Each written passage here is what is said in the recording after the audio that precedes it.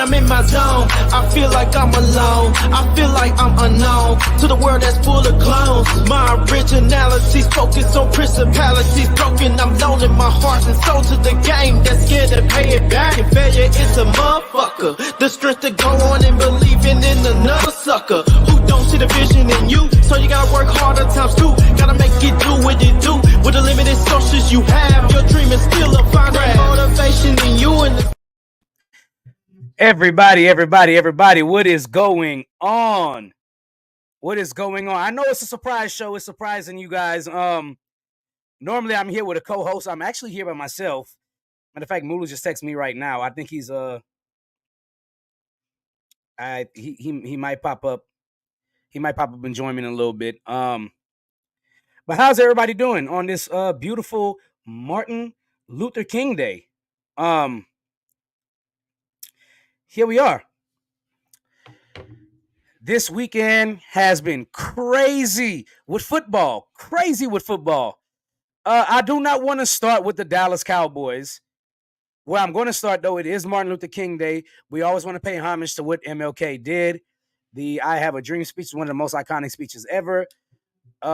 We've come so far as a community. We've come so far as a community. We also have made waves and things in that nature pertaining to the NFL when it comes to black coaches. We're still trying to get over the hump of black ownership, which is, we got to take baby steps. We definitely have to take baby steps when it comes to that, but we're getting there. We are getting there. So here we go. Happy MLK Day to you guys. And let's dive in. I want to start with the Rams versus the Lions. I did not expect this game to go the way it went. I did expect Detroit to win, and there was a lot of storylines leading up to this game with obviously number one, Matt Stafford going back to Detroit for a playoff game where last time he was in a playoff game, they kind of got robbed, and I don't care what anybody says. I do believe they got robbed. But the Rams could not capitalize on Detroit not scoring past the third quarter. That's the big story here.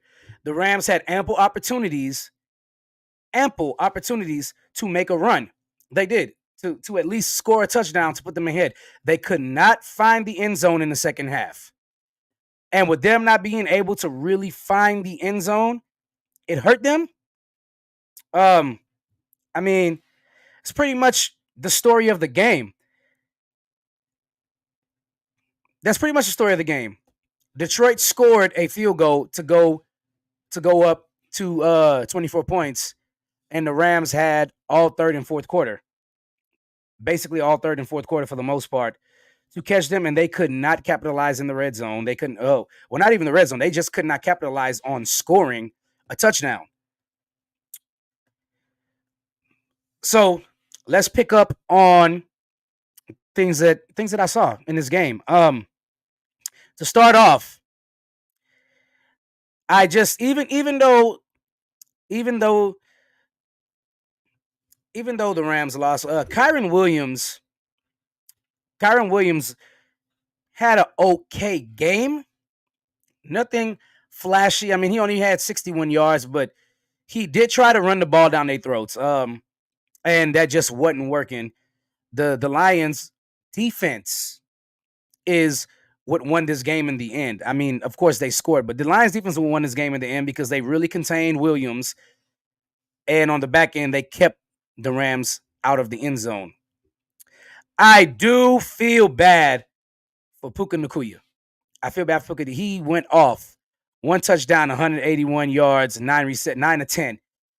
He played his ass off. He did everything he could to try and get the Rams in this end zone to win the game. Unfortunately for Matt Stafford and company, it's come to an end. Matt Stafford played a hell of a game. And when you look at the raw stats of this game, there's no reason why the Rams shouldn't have won. Matt Stafford outplayed Jared Goff. He absolutely outplayed Jared Goff. And Unfortunately for them, they still lost this game. No matter how good Matt Stafford, 367 yards, 2 touchdowns, 25 of 36. 26 fantasy points if you're into the fantasy thing or if you're picking teams right now, going through your fantasy stuff. Jared Goff only threw for 277 and 1 touchdown. The Rams absolutely had a chance to win this game. They absolutely had a chance to win this game, and they should have won this game with Matt Stafford playing the way he did. But in the end, Detroit's defense stood up. They stood up and said no. And they kept them out the end zone. They limited them to 2 field goals in the third and fourth quarter. In total, 2 field goals. And for the Rams, they're probably going to go back, figure out what they have left from that Super Bowl team and the remnants of that and try to figure out what they're going to do next. Do I think the Rams should blow it up? No. But I also think they need to retool and they could probably have another run because Matt Stafford is still really good. This is not a Tom Brady at the end of his career situation that last year in Tampa Bay. Matt Stafford is really good and he can still throw the ball. I do think if Matt Stafford wins this game, it probably solidifies his Hall of Fame candidacy and he would probably go into Canton. But they lost the game and it shouldn't be held against him that they lost this game because he absolutely balled out. But the story of the game literally comes down to how well Jared Goff spread the ball out. Jared Goff passed the ball to everybody. Absolutely passed the ball to everybody. He spread it out. He played well against his former team. And it was personal to him. It was absolutely personal to Jared Goff. He wanted to win this game, and he got it. This is a guy that has been to the Super Bowl, and people tend to forget that they beat New Orleans in that game with the questionable no call of pass interference. You know, Saints fans, wah. I don't care. Right? But Detroit absolutely spread the ball out. I don't think they played well enough to win this game. In all honesty, outside of Amon-Ra St. Brown, they didn't play well enough to win this game. And the key play was that 2nd and 7 when there was about 3.5 minutes left in the game. And they passed the ball and the Rams dropped the ball on the tackle and Montgomery was able to juke away and get the first down. I don't know what the defense was thinking. That's one of the times where you stand there and you wrap him up. But here we are. So the Rams have won this game. And while I don't think it was a good game by either team, I do believe the better team won. I do believe the Rams are not the better team, and I believe Detroit won this game more than the Rams lost it. And I love Matt Stafford. He's one of my favorite quarterbacks. I have always raved about Matt Stafford, even when he was in Detroit. But he never won a playoff game in Detroit, and Jared Goff won them a game. That's all you can ask for. It doesn't matter how it was. It doesn't matter if it was sloppy. None of that. They won. And I can applaud them for that. Hold on real quick. I dropped my phone.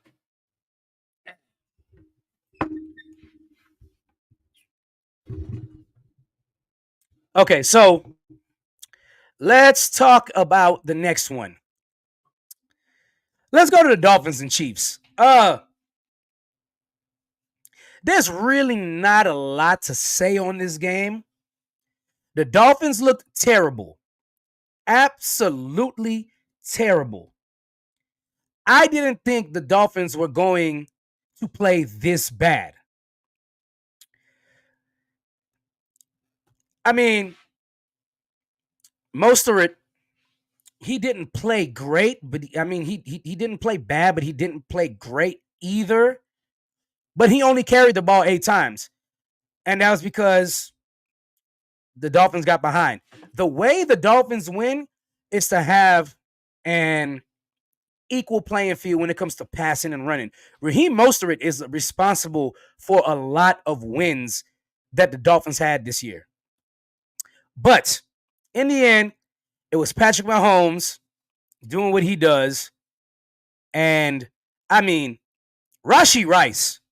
I can't say enough about Rashee Rice. He's not Tyreek as in when Tyreek was in Kansas City. But Rashee Rice absolutely showed up and balled out for Kansas City. I don't even give this game the Patrick Mahomes stamp where I think Patrick Mahomes won this game. Rashee Rice absolutely won this game. He was the best player in the game. 8 receptions, 130 yards, 1 touchdown. Rashee Rice is the best player in this game. And of course, Kansas City's defense that has gone to top 10-ish this year, and you know me, top 5 offense, top 10 defense is what I always harp on to go to a Super Bowl. I'm not saying Kansas City is going to win the Super Bowl, but I'm saying that's what I always say when it comes to being a contending team. Rashee Rice balled out. I absolutely loved watching him yesterday. He absolutely killed it yesterday. I mean, to the point where he was unguardable at times. I don't know what is missing from Miami. I don't know how y'all feel about Tua. I'm going to call him Tua because I cannot pronounce his last name. I don't know how y'all feel about Tua, but Tua didn't even, he was one yard short of throwing for 200 yards. Bro, you're supposed to be the franchise quarterback. You put up 70 points this year. And when it came to the game where your team needed you most, I'm not going to say you folded under pressure, but you didn't show up for your team. Miami as a team didn't show up. I don't know why they weren't ready to play, but Kansas City had a game plan. They stuck with it, and they executed it. It wasn't like they didn't put up crazy numbers. The Kansas City Chiefs did not put up crazy numbers. They scored 26 points. It's 26-7. It wasn't that they blew anybody out the water. Absolutely not. It was just the fact that Miami did not come to play. I don't know what Miami needs to do moving forward. But it's ugly. It's ugly. Moo, what's going on, man? It's absolutely ugly when you only put up 1 touchdown in a playoff game and you only throw for 199 yards. I don't know what Miami needs to do to revamp their team. Their team isn't bad, but when you put it on paper and put it on the field, they are in the middle of the pack where they're good and they're not going to get a high draft pick. They're not going to. Raheem Mostert is definitely somebody you could build with, and they will continue to build with him. And I absolutely love the idea of them continuing to build with him. But Miami ran away from the run. As ironic as that sounds, and an oxymoron it is, Miami ran away from running the ball, and it still blows my mind that they did. I mean, I know they were down, but this is the guy that has taken you to the promised land, if we want to call that the playoffs this year, or for this for this live right now. Raheem Mostert is the guy that made all the difference all season. When you got up, you put the ball in his hands.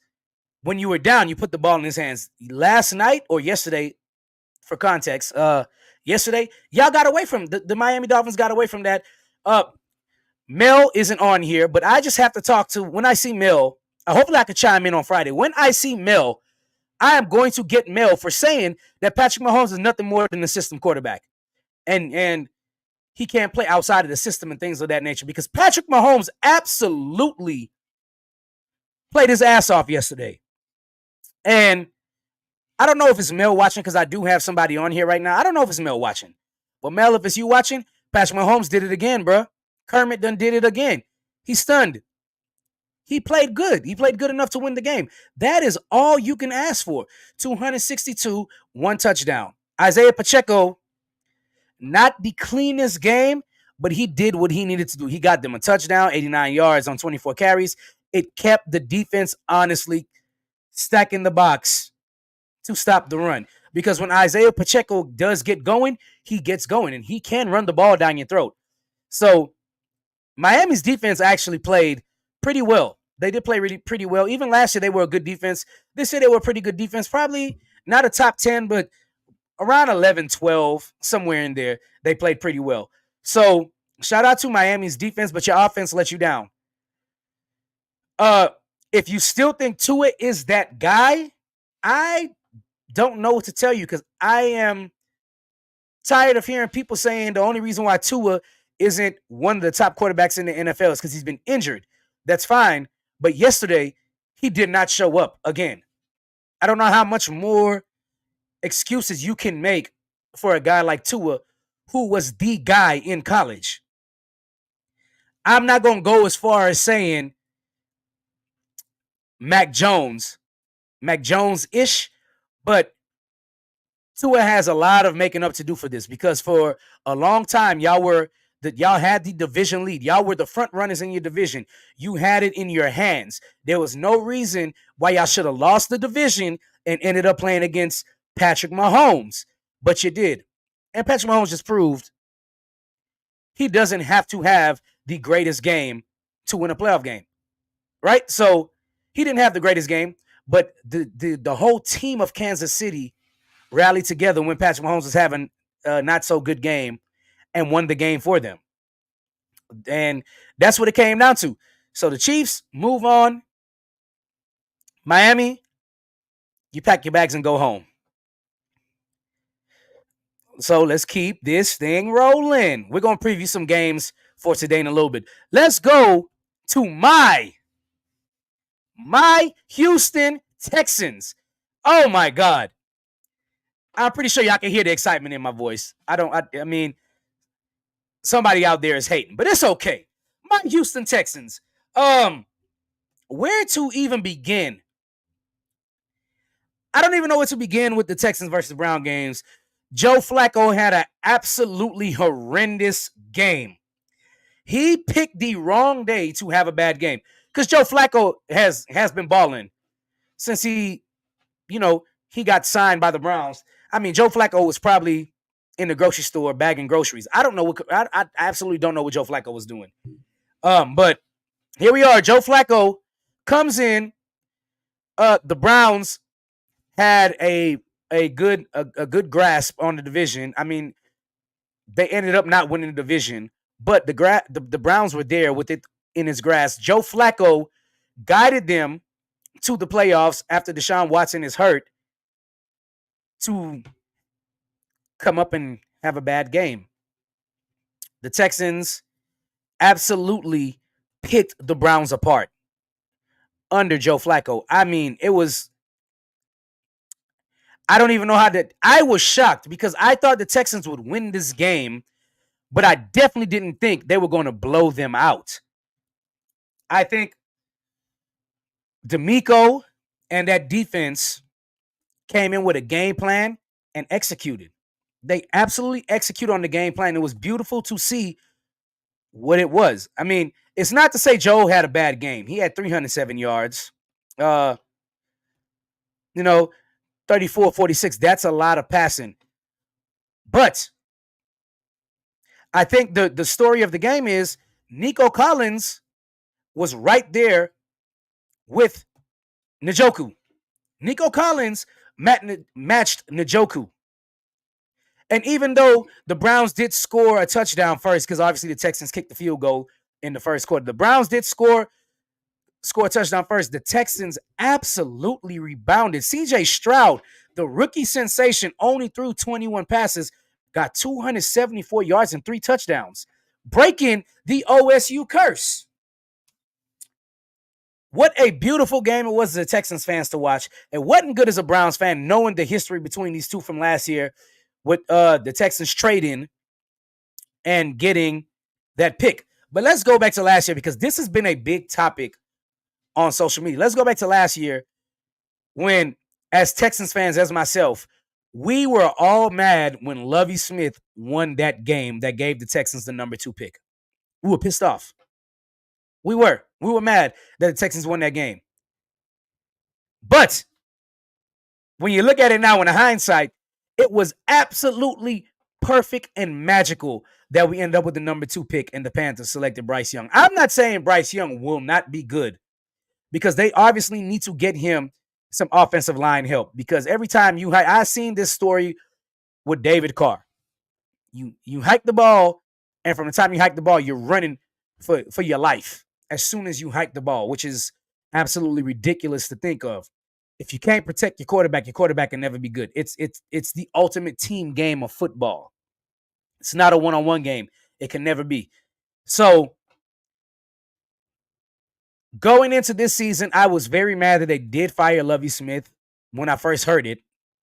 And I was very mad when they fired David Culley as well the year before, because I thought David Culley probably deserved one more season as the Texans head coach, because the Texans weren't good and nobody expected them to be good that year.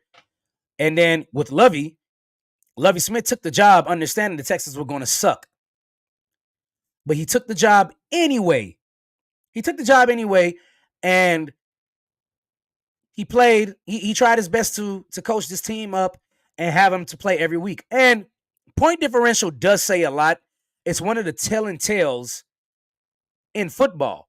Last year under Lovie Smith, the Texans lost, I think it was like six games that were very close. And that's the difference between them winning 7 games compared to them winning 2 games last year. That was the telling sign. But point differential does say a lot. They fired Lovie Smith. We got lucky with DeMeco Ryans because DeMeco Ryans had played for the Texans before. He's been on record saying he loves Houston. Andre Johnson also has been on record saying he loves Houston, loves the organization. If DeMeco Ryans does not play for the Texans in his past and love Houston, I don't know exactly who the Texans would have hired to be their head coach. We absolutely got lucky with DeMeco Ryans. Obviously, we hit the jackpot with DeMeco, and now we have hit the jackpot with C.J. Stroud as it stands today. C.J. Stroud threw for over 4,000 yards as a rookie, and it was only 2 other quarterbacks that have done that and led in touchdown to interception ratio, which is very good company. One of those guys being the GOAT, Tom Brady. I mean, this is quite the turnaround for the Texans, and I know a lot of people are saying, well, the Texans shouldn't have even made the playoffs. I get it. A lot of you think the Texans shouldn't have made the playoffs, and they made it by luck, which is fine. But sometimes it's better to be lucky than good. And the Texans did get in, and they did beat the Browns, and they are on to the next round. They are absolutely on to the next round. And I couldn't be more proud of the Texans as a Texans fan. I don't know if anybody saw the Pat McAfee show when one of his co-hosts told him, you guys, the consensus, he told us to C.J. Stroud, the consensus is that you guys have no chance. And C.J. Stroud said, all right, and shut up and left it alone. You want to poke the bear? They did poke the bear. And guess what? The bear delivered. He did. C.J. Stroud, amazing game with 3 touchdowns. Amazing game. Nico Collins, almost 100 yards. I mean, what more could you ask for as a Texans fan than to put a 45? And that defense absolutely showed up and stunned the Browns offense that has been rolling for quite some time under Joe Flacco now. So I am very proud to be a Texans fan this day. I really am. It's amazing to see. Cleveland, man, bro, I don't know what to tell you guys, the Cleveland Brown fans. I don't know what to tell you.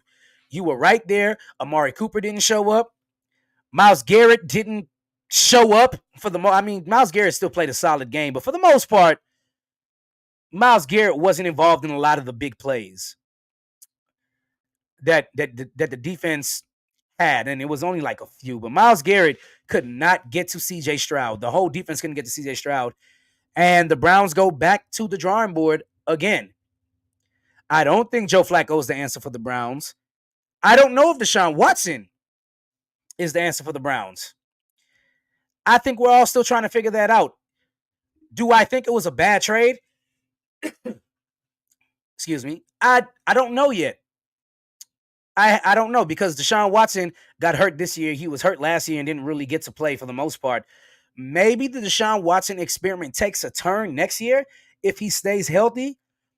But he does have a good receiver in Amari Cooper, and that can't be overlooked. He does have Nick Chubb is coming back. So the Cleveland Browns actually overachieved this year. Nick Chubb did get hurt. Kareem Hunt didn't really play all season, but they put him in last night desperately, hoping for any kind of spark.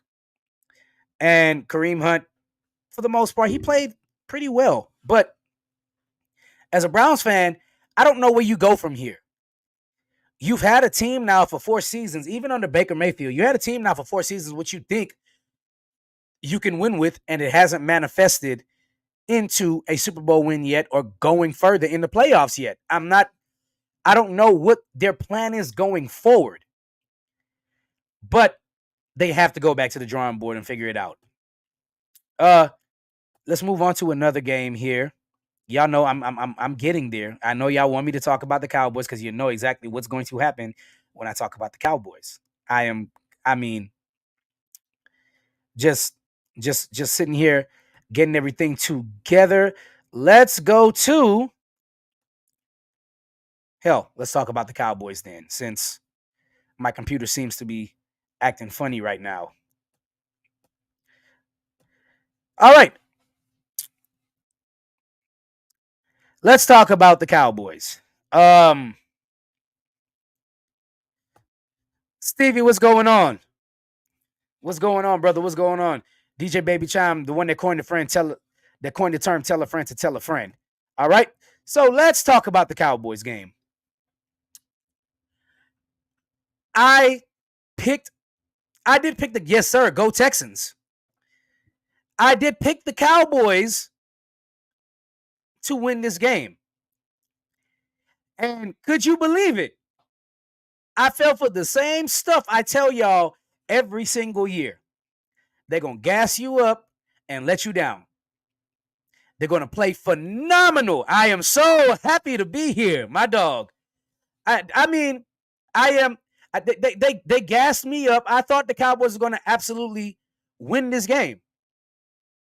But the same problems that we've talked about, that you've heard everybody talk about all season, came back to bite the Cowboys in the ass. I absolutely don't want to go in on the Cowboys, and I want to shed light on the Packers first. I will get to the Cowboys in a little bit. But Jordan Love, for starting off slow, the Packers started off slow this season. Jordan Love takes over for Aaron Rodgers. He has a lot of shoes to fill. And Jordan Love absolutely delivers, throwing 3 touchdowns. The replacement for Aaron Rodgers, the Packers look like they're now moving in to a third quarterback again, consecutively. They look like they're going into another era of a really good quarterback. The last 2 quarterbacks they have are definitely going to Brett Favre is already in the Hall, but Aaron Rodgers is definitely going to the Hall. For you to come in and take over and as the QB in your first season, and this team doesn't really miss a beat. They're right back into the playoffs again, right back into the second round of football again. That is to be applauded. It's to be applauded, and Jordan Love absolutely played a hell of a game yesterday. He played one hell of a game yesterday. I applaud Jordan Love because that is some big shoes to fill. That's a lot of pressure to fill. And here we are again, and the Packers are into a new era of football, going right back into the divisional round in the playoffs. Do I think the Packers can go all the way? I don't know. But with Jair Alexander playing yesterday and basically shadowing CeeDee Lamb, that tilted the scales a lot. I don't know if they win this game. Right, the youngest team in the league, Moo. You're absolutely right. You are absolutely right. This team is scary, y'all. This team is absolutely scary. Jordan Love and company go in there and put up on the Dallas Cowboys at home. That's what I heard all weekend. Y'all have been undefeated at home. Jordan Love put up 48 points with company. They put up 48 points on the vaunted defense I heard all year that was better than the Eagles defense. They're a top 5 defense. That's what I heard all year. And Jordan Love put a 48 on y'all head. Jordan, let's get to Aaron Jones. Aaron Jones came out with a vengeance. He's from that area of North Texas. He was in front of his family, in front of his friends. And Aaron Jones absolutely balled out. I have talked about Aaron Jones all season. I drafted him in fantasy. I always draft Aaron Jones in fantasy since he's been there. He's had a couple of down weeks this year, and he's been injured a lot. But when the Packers needed him most, he tied the Packers' postseason record of 3 touchdowns in one game. When your team needed you most, you showed up and balled out. I mean, it. Romeo Doubs, 151 receiving yards with a touchdown. Even though his touchdown was more towards the end of the game in garbage time, we understand that. But Romeo Doubs and Aaron Jones, they won this game for the Packers. They're the reason why they put up 48 points on Dallas's defense, which people say is top 5, and I always call them opportunistic. So, I want to give Jordan Love some love. I want to give Aaron Jones some love. I want to give Romeo Doubs some love, and I want to give the whole Green Bay Packer organization some love, because not only did you guys win, Mike McCarthy was out with a vengeance, and let's call it what it is. The Cowboys are front runners. The Packers came into this game, punched Dallas in the mouth from the get-go, and Dallas had no answer on how to get back in the game. You put the ball in Dak's hands because you paid your quarterback, because you couldn't run the ball anymore. And it was said over and over again, the Packers, I'm sorry, not the Packers, the Cowboys don't win if Dak has to be the main factor for them to win. I'm not saying Dak is a game managing quarterback, as some of you allude to, because Mooley's is going to be in the comments pretty soon talking about all quarterbacks are game managers. I understand that, but you know what I mean by game managing quarterback. But yet, here we are again, and the Cowboys are out the playoffs. There was no, we're going to send y'all home. There's no send you home because you're already home. What we are going to do, though, is send you hunting. Go find you some deer, stew up your deer meat, make deer sausage, whatever you got to do, and go back to the drawing board and try again next year. I don't know what it is about Green Bay Packers, but see, look what I said. Didn't I tell you Mooley was going to come in and say that? All QBs are game managers, but Dak isn't a game changer. That's the difference. That's absolutely the difference. Dak will not throw and win you a game. What he will do is take the lead and run with the lead. And like I said earlier on my Facebook Live, which I hopped on, it is not for me to shit on the Dallas Cowboys and make this a Dallas Cowboys thing. But it's me literally trying to figure out, why are you guys raving about winning your division and not doing anything else in the playoffs? Every year we have to hear this thing, this is our year. It ain't been y'all year since 96. I tell you guys that every year. It hasn't been a year since 96, and here we are again. And he did have, absolutely, and he had multiple opportunities to put the team on his back and win last night. Here we are again.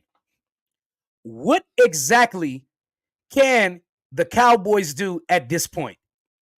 And this is like a legit question, because you have the quarterback that throws for 400 yards. You have the tight end that played his ass off last night only to lose this game. You have them both. I'm literally sitting here, and I am not pretending to be some kind of football expert like my brothers are on Fridays, which on Fridays, the best damn football show, period, on the internet. You need to tune in on From the Sidelines on Friday to catch Moo, GQ, and Mel talking about football. But if me, as a fan of football, watching the game and not really understanding X's and O's of football, can sit here and tell you Christian Watson is on a streak and Musgrave is going in the slot in a slant, whether it's 10 yards, 15 yards, 5 yards, doesn't matter, over and over and over again, and your defensive back safety keeps committing to the guy streaking and putting the tight end in one-on-one over and over again. What are we talking about here? Why didn't the game plan change at halftime? I'm not understanding this. It absolutely blows my mind that the Packers can run the same offense over and over again and get burned over and over again. I don't want to dive too deep into it because I know the Friday show is going to do a phenomenal job breaking this game down. But I'm just saying, as a fan of football, and I'm not saying the game is rigged, but if the game was rigged, it was freaking obvious it was rigged, because that damn defensive back that was playing safety had one job. Let Duran Bland play one-on-one, and you double up on the slot tight end. The tight end in the slot, bro. Just double up and deny him the football. It didn't matter who they sent over the slot. They were getting burned in the middle of the field all night long. The Cowboys are notorious, I guess, for playing cover two or playing some kind of version of cover two, man zone. And they got burnt doing it. But they didn't change the game plan. They kept on doing the same thing on defense over and over and over again. We have seen this time and time again from the Dallas Cowboys. Dan Quinn at this point has to go. He has to go. Dan Quinn just has to go at this point because as a defensive coordinator, what exactly are you doing? They're literally running the same play on different sides of the field and just changing up what the other two receivers do. You can't be serious right now. I'm literally watching the game like, what in the hell is the defensive coordinator going to do to change this game? Granted, at the end of the game, they finally started getting some pressure in. They finally started blitzing some of their linebackers to get to the quarterback. And it worked because they started catching up. But again, I mean, that's what the Cowboys have been doing even when Tony Romo was there. Even when Jason Garrett was there. They always put up numbers at the end of the game in garbage time. That's why stats are misleading. Because if you look at these stats, if I sit here and tell you, hey, Dak Prescott threw for 403 yards, 3 touchdowns, CeeDee Lamb caught 9 passes for 110 yards, you would sit here and think the Cowboys won the game. But what's left out is Dak threw 3 interceptions, 2 pick sixes. I mean, I'm sorry, 1 pick six. I mean, this is absolutely ridiculous on the Cowboys' part. This is not me just shitting on the Cowboys. This is me asking you Cowboys fans out there, what next? What do y'all think should be next? I don't know what they should do. And last but not least in this game, let's talk about the guy I share a name with, Micah Parsons. I have been an advocate. I know Moolage, Mel, and GQ have talked about it all season. If you're going to run on the Cowboys, run to Micah Parsons' side. Don't run away from him. They ran the ball time and time again to Micah Parsons' side, and the Packers won this game. Aaron Jones did not run away from Micah Parsons. He ran straight to him, and he got through over and over and time again. You're supposed to be, by your standards, and by a couple of people's standards, the next defensive player of the year. A lot of people at the beginning of the season were saying this is Micah Parsons' award to win. It's his award to win. And I was looking on the field and I did not see you. I didn't see Micah Parsons at all. I know Skip Bayless does talk about not seeing Aaron Donald on the field and making plays. Well, you focus on Aaron Donald so much and you forget Micah Parsons does exactly the same thing. Where were you, Micah Parsons? I'm wondering. I was watching. I said if the Cowboys were going to win this game, you would have a big game. You hype yourself up all preseason on what's the name of that podcast with Ryan Clark, Chandler Crowder, The Pivot. You hype yourself up all preseason on The Pivot. We're going to be the best defense. We're going to do this, and that. I'm going to do this. I'm going to do that. I'm going for this. And when your team needed you most, and that's the issue. When the team needed Micah Parsons most to make a play, and when the team needed Dak Prescott the most to make a play, where were you guys? Where were you? You weren't on the field, and if you were on the field, I didn't notice. So let's talk about some games happening tonight or today, because the Steelers and Bills games start here in the next hour and a half, pretty much. The Bills go in versus the Steelers. Shout out to Mike Tomlin again. Mike Tomlin had another season where he doesn't have a losing record. I don't know how he got the Steelers into the playoffs. I really don't. But nonetheless, the Steelers are here to play the Bills. The Bills should win this game. They should. But what is Josh Allen notorious for? Making bad decisions in the end zone. The Steelers have a very, very good and very sneaky good end zone defense. They are very good at protecting the I say end zone, but red zone. The Steelers are very good at protecting the red zone.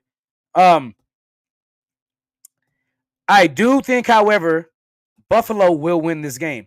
And they should win this game. If Buffalo loses, it's time to blow this team up. I was talking to GQ earlier. I talked to GQ earlier, and I think the championship window is closing on Buffalo. Sorry, Buffalo fans. But if you guys lose this game to the Steelers today, I don't care how good of a coach Mike Tomlin is, and he's a very, very good coach. He has one Super Bowl on his belt and another Super Bowl appearance. He's never had a losing season since he's been with Pittsburgh. If Buffalo loses this game, it is time to blow it up. We all know Diggs has been talking about leaving. We all know him and Josh Allen have had their fair share of arguments on the bench. And if they don't win this game tonight, it's time to blow it up. There's no excuse for the Bills. But secretly, I am hoping for the Texans' sake, that the Steelers do win this game. Because I don't want the Texans to have to go against Lamar Jackson and them boys, because they haven't balling. I understand if we don't play Lamar Jackson, we do play Kansas City, and we're back to a couple of years ago when the Texans were up 22-0 and ended up losing the game. But I do have more confidence in the Texans playing against and winning a game against Kansas City than I do of them beating Baltimore. So I really, really need the Steelers to win this game. But I don't think it's going to happen. I think Buffalo will show up. I do believe Diggs and company will show up, and I think they will win this game handily. Somewhere along the lines like 30-17, somewhere in between there. So I do believe, hold on, what's going on here? So I do believe that Buffalo will win this game. On to the next game, the Eagles versus the Buccaneers. This is when, that's around, Steelers win 24-14. That's pretty much around the same score when I say 30-17. That's pretty much around the same thing. Oh, you say the Steelers win. My bad. Oh, I think Buffalo's winning this game, Moo. I wish you could come on and talk some sense into me on why you think the Steelers are going to win this game, but I do not see the Steelers winning this game. I don't. Right? So I think Buffalo's going to win, but hey, may the best man win. Moving on to the next game, the Eagles versus the Buccaneers. Guys, I'm a Jalen Hurts fan. He's from the east side of Houston, just like me. I'm a big Jalen Hurts fan. But I do think the Buccaneers can win this game. It would be sad if the Eagles lose, because I know A.J. Brown isn't supposed to play. A.J. Brown he's not supposed to play. And that's Jalen Hurts' go-to. That's his guy. DeAndre Swift, on the other hand, could probably come in and have a big game against Tampa Bay. But let's not sleep on the fact this is still a team 3 years ago that won the Super Bowl, and they still have a lot of people still around on this defense from that team. I do think Baker Mayfield is good enough to win this game. And the difference in this game will be if Jalen Hurts can get out and run this ball with DeAndre Swift. It's a tall task to win without A.J. Brown, but if they can hold on and win this game, A.J. Brown should be back next week, and we can see where the Eagles go from here. They are a team that just lost in the Super Bowl last year, but they are not the same team. I mean, this year has proven they are not the same team.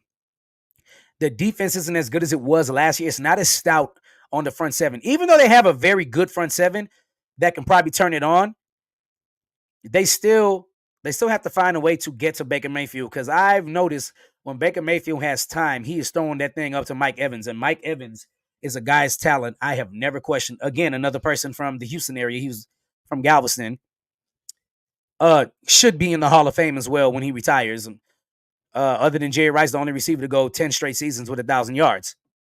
And he went for 1,000 again this year, too. So, in that sense, this Eagles versus Buccaneer games is really intriguing.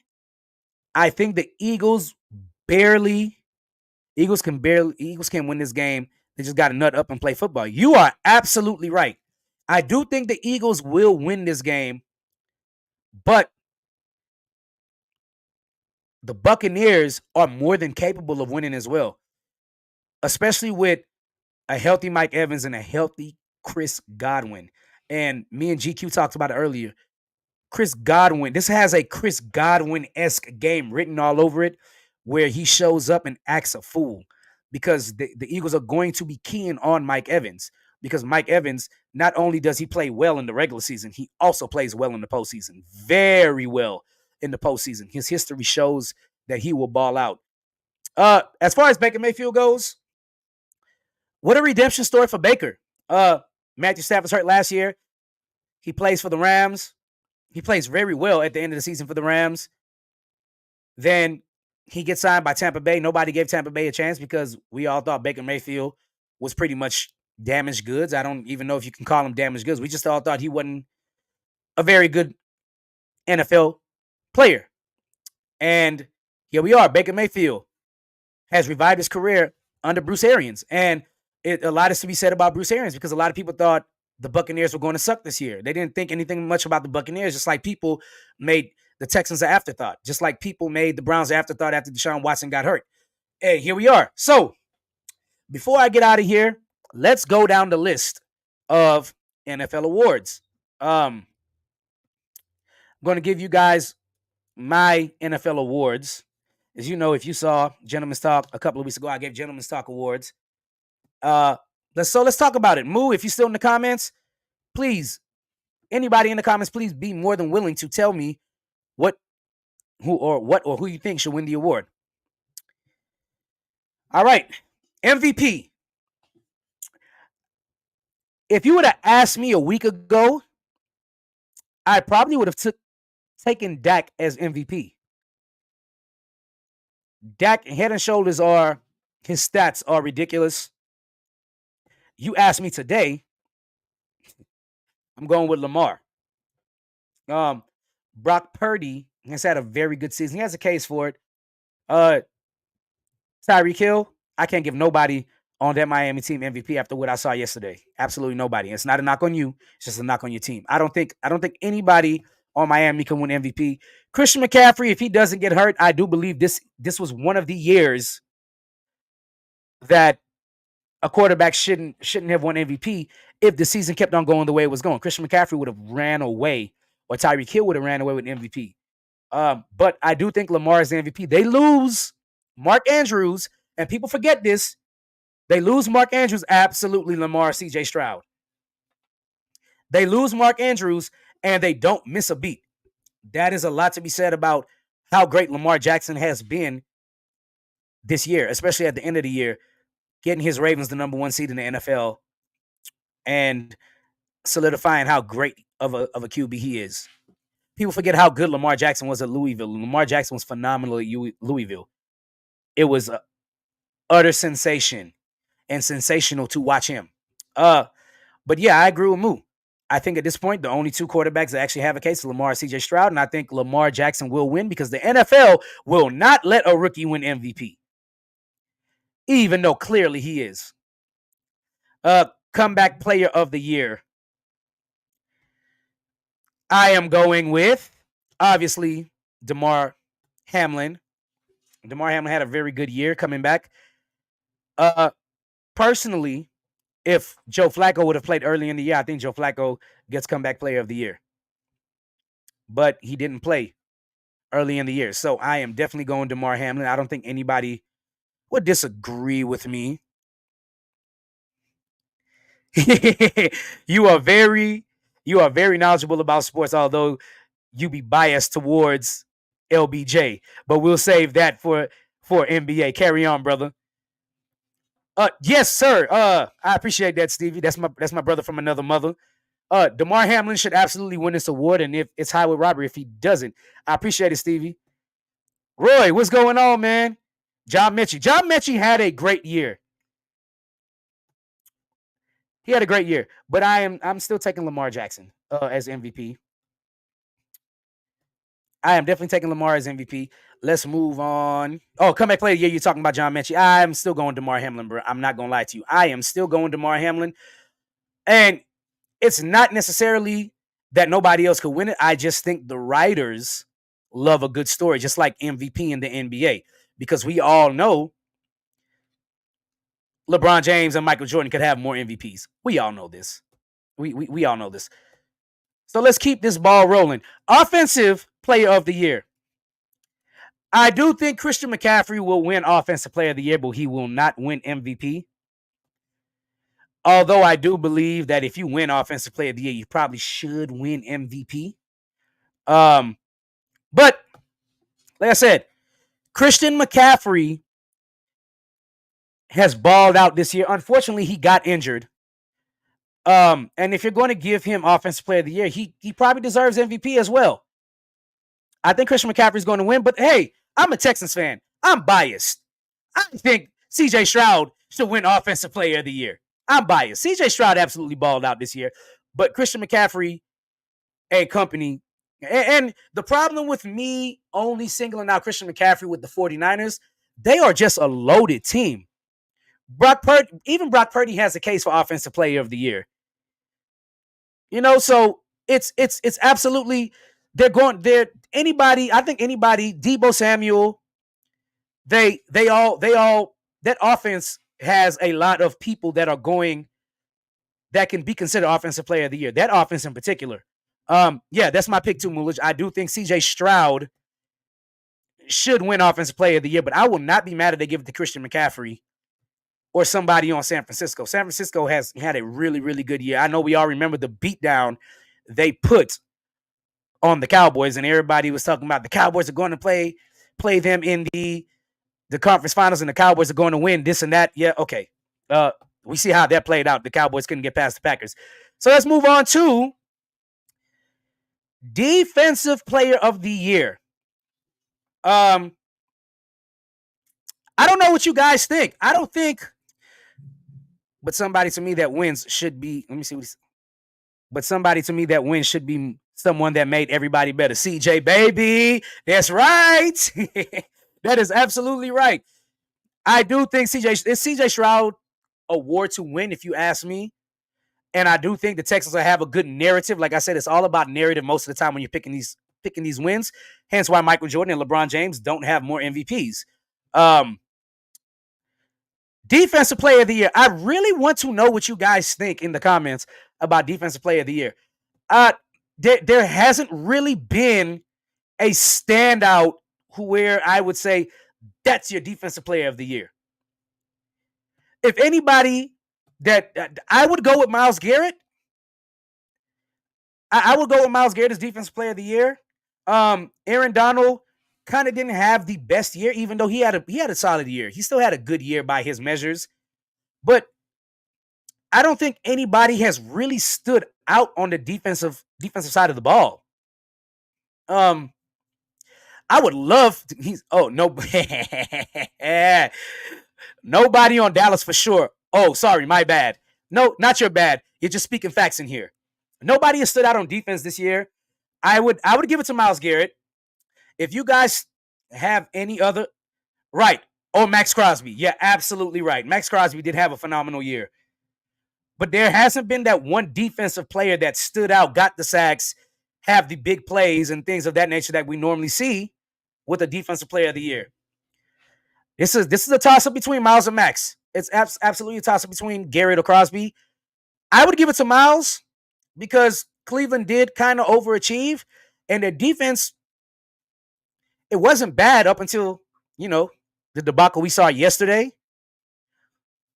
But I'm absolutely not mad if they give it to Max Crosby either. But I don't think anybody else has a vibe for it. I mean, some people might still sit here and say TJ Watt. The Steelers did make it. I mean, so if you want to say TJ Watt, I mean, I have no problem with it, but I absolutely think it's a toss-up between Myles and Max. I absolutely do. So, moving on, Offensive Rookie of the Year. I don't even think this award is even close. Okay? If it ain't CJ Stroud, what are we talking about here? We're talking about a team that won 2 games last year. CJ Stroud comes in, and DeMeco Ryans comes in, and they completely flip this organization. CJ Stroud should be your Offensive Player of the Year. Let me see what he said. Those defensive guys just don't come like they used to. That's absolutely true. That's absolutely true. Absolutely. Moose says CJ Stroud or Puka. Puka did have a really good year, but I don't think Puka was more valuable to his team than CJ Stroud was. Hence why earlier I said if you pick a MVP, and just the fact that Moo earlier said CJ Stroud and Lamar is the only 2 quarterbacks that should have a candidacy for MVP says enough what we need to know about CJ Stroud winning Offensive Rookie of the Year. He absolutely deserves it. It's his award. And if they don't give it to CJ Stroud and they don't give it to Puka, it's highway robbery. I mean, it is what it is. I think CJ Stroud is going to win Offensive Rookie of the Year. And the Texans are in a very, very good place because they're one of the younger teams in the NFL. And they have a crap load of cap space to spend this offseason since their best receiver at the end of the year, which was Nico Collins, because Tank got hurt. Since their best receiver at the end of the year is pretty much underpaid. CJ Stroud is still on a rookie deal. Tank Dell will be back next year and on a rookie deal. It is going to be insane for CJ Stroud if the Texans get an offensive line that can protect him. It's going to be absolutely insane what he can do if they get an offensive line. So CJ Stroud, that is his award this year. And anybody that doesn't agree, I mean, okay. I don't think you know sports. Defensive Rookie of the Year, again, I'm going back to the Texans, and I'm going to go Will Anderson. Let me see. We need some Brian Cushion sperm to make some good defensive guys for the next 25 years. Well, sir, Brian Cushion was on PEDs. I don't think we want that. Even though he was a very, very good defensive player without the PEDs, he took it because he was always injured, so I get it. We don't need Brian Cushion sperm because we don't need any guys to get injured again like Brian Cushion did and be out the league like Brian Cushion is now. Brian Cushion should still be in the NFL, by the way. Just want to say that. But defensive Rookie of the Year. You basically got Will Anderson and Jalen Carter. That's who it's coming down to. Will Anderson or Jalen Carter. Like I said, I'm a Texans fan. He said, fuck it. I'm a Texans fan. I am going to go with Will Anderson. Jalen Carter does deserve the award as well, too. It's going to be interesting to see if the voters will give the Texans Offensive Rookie of the Year and Defensive Rookie of the Year. It'll be interesting to see if they give them both. I don't know if they'll give them both. I don't think they will. But CJ Stroud, I do believe is solidified for offensive. Maybe they'll give it to Jalen Carter because Jalen Carter's had a really, really good season for those of you that have not been watching football. Jalen Carter has the second best odds to win it right now. On a lot of podcasts, they are saying that, hey, they think that Jalen Carter should win, and there's a good bit saying, hey, I think Will Anderson Jr. should win. So that's a toss-up award. I think they both have a claim for it. We'll see which way the voters go. I'm not going to spend too much time on that because I really believe it's only those two. Going into Coach of the Year. What I told y'all. The Texans only won 2 games last year. They had the second overall pick. They traded up and got the third pick too. And even if Will Anderson didn't play out or CJ Stroud didn't play out, I absolutely appreciated the Texans going for it for once. And oh, that's a good one. That's a good one. Last great defensive guy to me for even Dallas was like Leon Lett. Look it up. I'm going Troy Polamalu as like the last really, really great defensive player. We've had some in between, but hey, I do think Troy Polamalu was really that good in that game change. I mean, JJ Watt played offense and defense. He caught a couple of touchdowns. I think JJ Watt was was a game changer as well. But if you're talking about all-time greats, the last all-time great I think is either J.J. Watt or Troy Polamalu. Going into Coach of the Year, this is going to be a toss-up. This is going to be a toss-up between, I think, Kevin Stefanski, C.J. Stroud, or the Buck. I can't think of the Buccaneers head coach right. Is it Todd Bowles? I can't think of their coach right now. But it's literally a toss-up between those three. I can't give it to Detroit's coach because we all knew Detroit coming in this year was going to be a handful. We all saw it last year after they beat the Packers and kept the Packers out the playoffs. You ask me, I'm obviously going to give it to DeMeco Ryans. But after losing their quarterback, Kevin, and playing Flacco, Kevin Stefanski has had a really, really, really, he has a really good case of winning this award. Kevin Stefanski can win this award. DeMeco Ryans can win this award. Bruce Arians, my bad. That's who it is in Tampa Bay. Bruce Arians could win this award too. He absolutely can. I don't think anybody else has a claim to this award. The odds makers has Kevin Stefanski, DeMeco Ryans, Shane Steichen, Dan Campbell, John Harbaugh, Sean McVay, and Kyle Shanahan. Kyle Shanahan is okay. I wouldn't be surprised if Kyle Shanahan was to win this award too, but I don't think he should.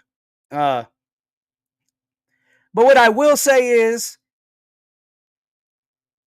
if Tampa Bay wins tonight, Bruce Arians has a good claim to it. The Texans have already won and blew out the Browns. So, I mean, y'all tell me in the comments who y'all think should win Coach of the Year. I think Coach of the Year is probably the most out there award as far as voting goes, because I don't think it's a runaway type of an award this year. I think it's going to come down to what narrative the writers like. And I think it's going to be DeMeco. I think it's going to be DeMeco Ryans. So if it's not, I'll kind of be sad. But hey, the Texans can't sweep everything, baby. Rookie head coach, rookie defensive player of the year, rookie offensive player of the year. We can't sweep it all. But hey, here we are. Y'all make sure and tune in to the game about 50 minutes away, somewhere in there, about 50 minutes away. I want to see the Eagles get right. Wait, you know what? Before I go, me and Stevie, named Jannard, one of my mentors when it comes to my DJing, the guy that really put me on first before a lot of people when he had a party at his house, he put me on. We share a friend, and his name is Chris. And Chris, if you're watching, I don't know if you're watching or not, but if you are watching, if the Eagles get raped today, you think I went hard on the Cowboys? You ain't seen nothing yet if the Eagles lose today. Right. Not because of hers, but the annoying fans like Chris Book. You know, the Eagles fans have never been like Cowboys fans until they won that damn Super Bowl a couple of years ago. And now they're getting to levels of annoyance too. It's mind-boggling. I don't understand it. But if the Eagles lose today, I'm coming back on here live from my Facebook. And I'm going to invite Chris on. And I know Chris is going to run from it. So, y'all, just know if the Eagles lose, I'm hopping on Facebook Live. I'm pretty sure my boy Steve will hop on Facebook Live too with me. And we're going to talk to Chris. I'm going to talk to Chris. I'm going to try and get him on. I don't think he's going to want to come on, though. You know, no Cowboys fans came on my Facebook Live last night or this morning either. He going to have to drink the piss from a cow. I hope so. That would be beautiful to see. All right, y'all. That was my Gentleman's Talk pop-up special. Shout out to the guy, my co-host, Mr. GQ. He's coming back soon. We're going to get it in. Y'all enjoy your Martin Luther King Day. Make sure you tell your kids about MLK. Make sure you spread the love that MLK was all about. All right? I will catch y'all this evening. I'll probably go back live on my Facebook to recap the games today. I will see y'all soon. I appreciate everybody that tuned in, the comments, the likes, the follows, the shares, all of that. I appreciate and love each and every one of you. I will catch y'all later. I am out. Motivation in you and inspire the world to do what you can. If you love it, then fuck it.